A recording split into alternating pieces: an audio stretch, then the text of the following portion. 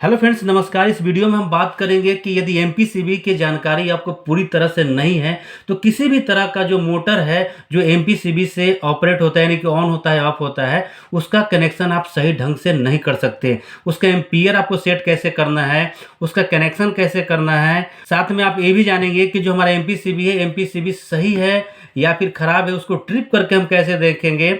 और एक चीज़ और आप जानेंगे इस वीडियो में कि यदि एमपीसीबी हमारा ऑन है, ऑफ है और इसको मैनुअल या फिर पीएलसी को कमांड देना है तो हम किस तरह से कर सकते हैं।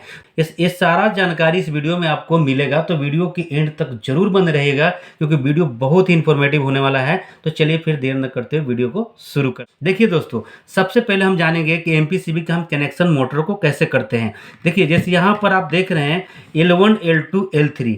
यहाँ पर L1 L2 L3 का मतलब है कि जो हमारा इनपुट सप्लाई है वो यहाँ पर आ जाएगा। उसके बाद यहाँ पर देखेंगे T1 T2 T3। इसका मतलब है कि जो मोटर से 3 तार हमारा आ रहा है यहाँ पर लग जाएगा। ये दो कंपनी का यहाँ पर हमारे पास एमपीसीबी है।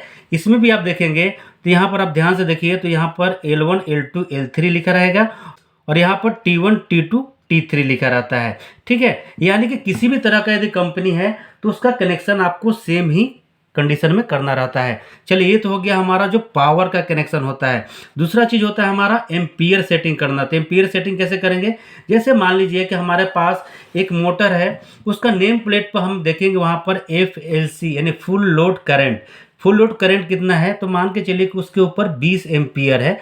और जब हम इसमें क्लाइम मीटर से चेक करेंगे उसके वायर में तो हमें एक्चुअल मालूम चलेगा कि उसका रनिंग में कितना है।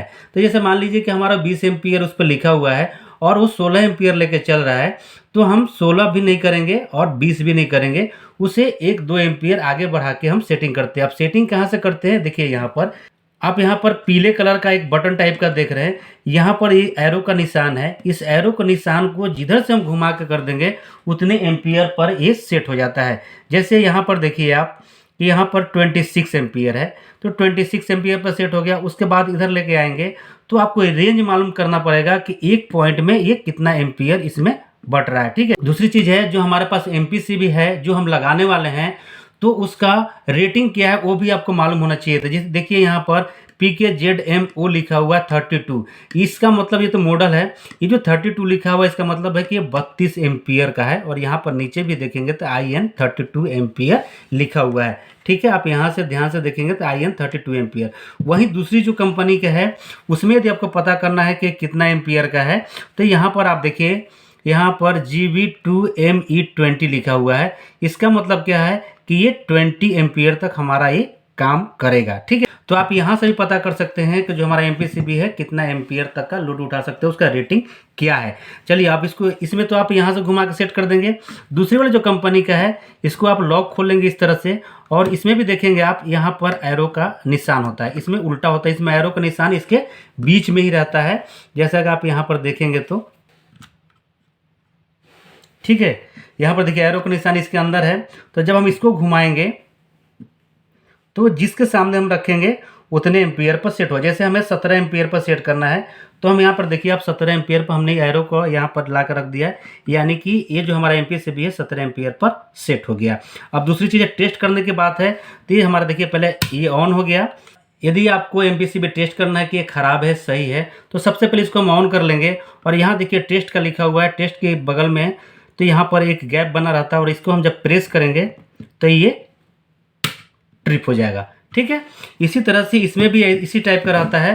जैसे हमारा ये ऑन हो गया और यहाँ पर भी टेस्ट लिखा हुआ है और जब हम इसके अंदर ऐसे डालेंगे तो ये पता चल जाएगा कि जो हमारा एमपीसीबी ये सही है। ठीक है, इतना तो हो गया दोस्तों हमारा कि हमें इतना तो आपको मालूम हो गया कि हम कनेक्शन कैसे करेंगे मोटर का, इसका एम्पियर सेट कैसे करेंगे। तीसरा चीज़, इसका हम टेस्टिंग कैसे करेंगे कि जो हमारा एमपीसीबी है सही है ख़राब है। ये सारा चीज़ आपको एक क्लियर हो गया है। अब आपको ये समझना है कि यदि इस एमपीसीबी ऑफ हो जाता है, ऑन रहता है, यदि हमें इसका इंडिकेशन कहीं और पैनल में लेना है तो हम कैसे करेंगे। तो देखिए आप यहाँ पर भी इसके लिए एक ब्लॉक दिया रहता है। आप जब इसको खोलेंगे तो ये आपको मालूम चल जाएगा। देखिए ये इसके पास यहाँ पर देखिए खोलेंगे तो इसके अंदर गैप है, ये अलग रहता है और इसके अंदर जब हम एडन ब्लॉक टाइप का रहता है वो इसके अंदर हम डालेंगे तो ये हमारा ऑन और ऑफ का इंडिकेशन चालू हो जाएगा। जैसे यहाँ पर देखिए ऑलरेडी ये लगा हुआ है, इसको हम निकालते हैं, निकाल के आपको दिखाते हैं कि ये किस टाइप से रहता है। ये देखिए ये अब यहाँ से ये निकल चुका है, ठीक है।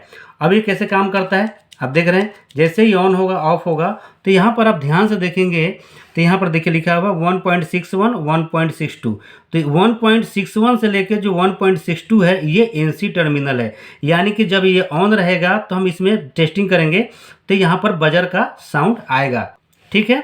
उसके बाद यहाँ पर देखिए 1.53 1.54 जो कि ये वाला और ये वाला टर्मिनल है, ये हमारा एनो टर्मिनल है। चलिए आपको हम टेस्ट करके दिखाते हैं कि किस तरह से काम करता है।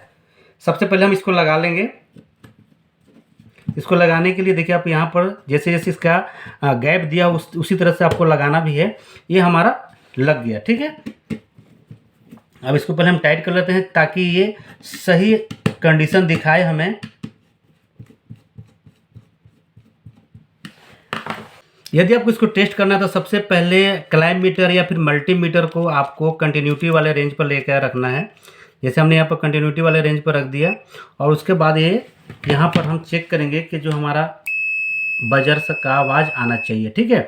अब हम देखिए हमारा जो है MPCB ऑन है और हमने क्या बोला था 1.61 से लेकर 1.62 क्या है, ये NC टर्मिनल है। तो यहाँ पर देखिए ये NC यानी कि इसमें बजर का साउंड आ रहा है। और वहीं पर हमारा 1.53 से लेके 1.54 क्या है, एनो टर्मिनल है। अभी काम कैसे करता है, जैसे हमारा ये ऑफ हो जाएगा यानी कि ट्रिप हो गया, ये देखिए जैसे ट्रिप होता है क्या होता है, जो एनो है वो NC में कन्वर्ट हो गया और जो NC है ये एनो में कन्वर्ट हो गया। तो यहाँ से हम इंडिकेशन का सर्किट ले जाते हैं और उस इंडिकेशन लैंप में हम कनेक्ट कर देते हैं। यदि इसका कनेक्शन जानना है तो आप कमेंट करके बताइएगा, मैं इसका अच्छी तरह से एक वीडियो बना दूंगा, ठीक है। वही चीज़ इसमें भी होता है, इसमें भी हम लगाएंगे यहाँ पर एडन ब्लॉक और इसके बाद हम इसका भी कनेक्शन इसी तरह से कर सकते हैं, ठीक है। इसके लिए एक और साइड से भी लगाया जाता है। जैसे यहाँ पर आपके सामने के अगर नहीं मिल पा रहा है तो इधर हम साइड में भी लगाते हैं और साइड में लगाने के बाद ये लॉक कर देते हैं। सेम इसमें भी होता है, एक साइड में लगाया जाता है इस तरफ से, है ना, इस तरफ से लगाएंगे और ये लॉक हो जाएगा, ठीक है दोस्तों। तो इस टाइप से जो हमारा MPCB होता है, MPCB काम करता है और इसका जानकारी आपको बेहद ही ज़रूरी है यदि आप इंडस्ट्रियल फील्ड में काम करते हैं, क्योंकि आपका जो मोटर है, मोटर इसी MPCB के ऊपर डिपेंड रहता है कि उसका आप सेटिंग अगर सही से नहीं कर सकते हैं तो आपको क्या होगा, मोटर जल जाएगा, ठीक है। तो दोस्तों आशा करते हैं वीडियो आपको पसंद आया होगा। वीडियो पसंद है तो प्लीज़ वीडियो को लाइक और चैनल को सब्सक्राइब कीजिएगा। चलिए फिर मिलते हैं नेक्स्ट वीडियो में, तब तक के लिए जय हिंद।